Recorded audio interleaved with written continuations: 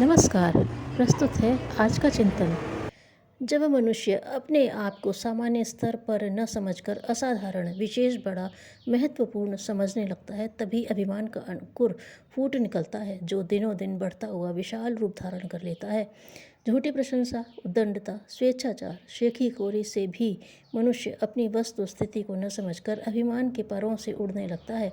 ऐसे लोगों के दिमाग की बागडोर अभिमान और इसे पोषण करने वाले तत्वों के हाथ में होती है। अविवेकी, अज्ञानी, अदूरदर्शी, मोटी बुद्धि के लोग ही अभिमान से ग्रस्त होते देखे जाते हैं।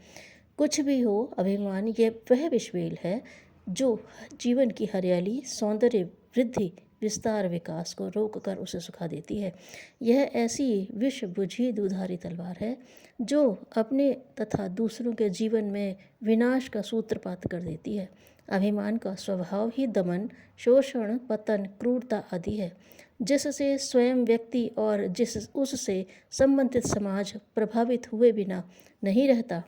किसी भी विषय तथा क्षेत्र में अभिमान हो जाने पर मनुष्य की प्रगति, विकास का मार्ग अवरुद्ध हो जाता है। विद्या का अभिमान हो जाने पर विद्या नहीं बढ़ती, वरन वह घटती ही जाती है। प्रशंसा, प्रसिद्धि जिससे अभिमान को पोषण मिलता है, विकास, उन्नति का पथ भुला देती है। एक बार न्यूटन से किसी ने कहा था, आपने तो पूर्ण ज्ञान प्राप्त कर लिया।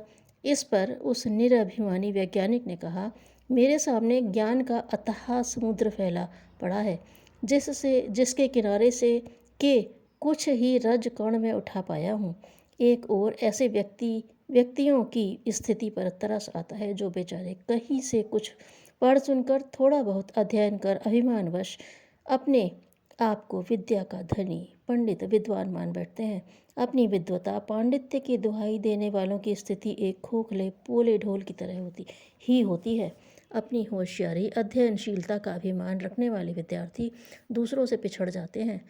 कला, विद्या, शक्ति, सामर्थ्य, सभी क्षेत्रों में अभिमान सफलता और प्रगति का मार्ग बंद कर देता है।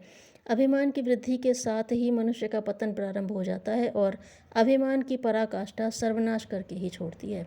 रावण जब अभिमान से बुरी तरह ग्रस्त हो गया और उसने अमानवीय, अमर्यादित कृत्य शुरू कर दिए, तो वह अपने कुटुंब के साथ विनाश को प्राप्त हुआ। अभिमानी दक्ष प्रजापति ने महादेव शिवजी को, जो उनके दामाद भी थे, उनके साथ विरोध ठान लिया। उन्हें अपमानित करने के लिए विशाल यज्ञ रचा और निमंत्रण नहीं भेजा। सती के पितृगृह में बुलाए बिना चले जाने पर उसका भी अपमान किया और सती क्रुद्ध हो योगाग्नि में जल मरी। अंततः शिवजी ने यज्ञ सहित दक्ष को नष्ट भ्रष्ट कर दिया। श्रृंगी ऋषि नारद जी को जब अपने तप और काम पर विजय का अभिमान हुआ, तो वे पतित हुए और कामासक्त होकर उन्होंने निम्न कृत्य किए। दान का अभिमान करने वाला बलि पतित हुआ। तप के अभिमानी दुर्वासा ने निर्दोष अम्बरीश को श्राप दिया, किंतु उसका मूल्य उन्हें ही चुकाना पड़ा और क्षमा मांगनी पड़ी। अभिमानी कंस दुर्योधन को वह दिन देखना पड़ा जिसकी उन्हें स्वप्न में भी संभावना नहीं थी। हिटलर, सिकंदर, मुसोलिन, नेपोलियन आदि को भी अपने बढ़ते हुए सामर्थ्य के अभिमान में पराभव और पतन का सामना करना पड़ा।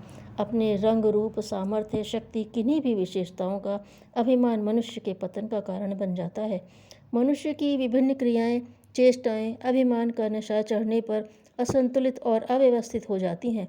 वह कुछ का कुछ करने लगता है और विवेकशीलता, विचार बुद्धि, दूरदर्शिता मारी जाती है, जिससे जीवन के सही पथ से भटक कर प्रवृत्तियों, दुष्कर्मों के भयंकर भीड़ों में भटक जाता है और अंततः विनाश को प्राप्त होता है। अभिमान की वृद्धि के साथ ही मनुष्य में आत्मनिरीक्षण, स्वदोष दर्शन की शक्ति और क्षमताएं नष्ट होने लगती हैं, जिससे वह अपना बुनियादी सुधार नहीं कर पाता। उसके व्यक्तित्व में अनेकों दोष रह जाते हैं और मनुष्य की सब असफलता और पतन का कारण बन जाते हैं।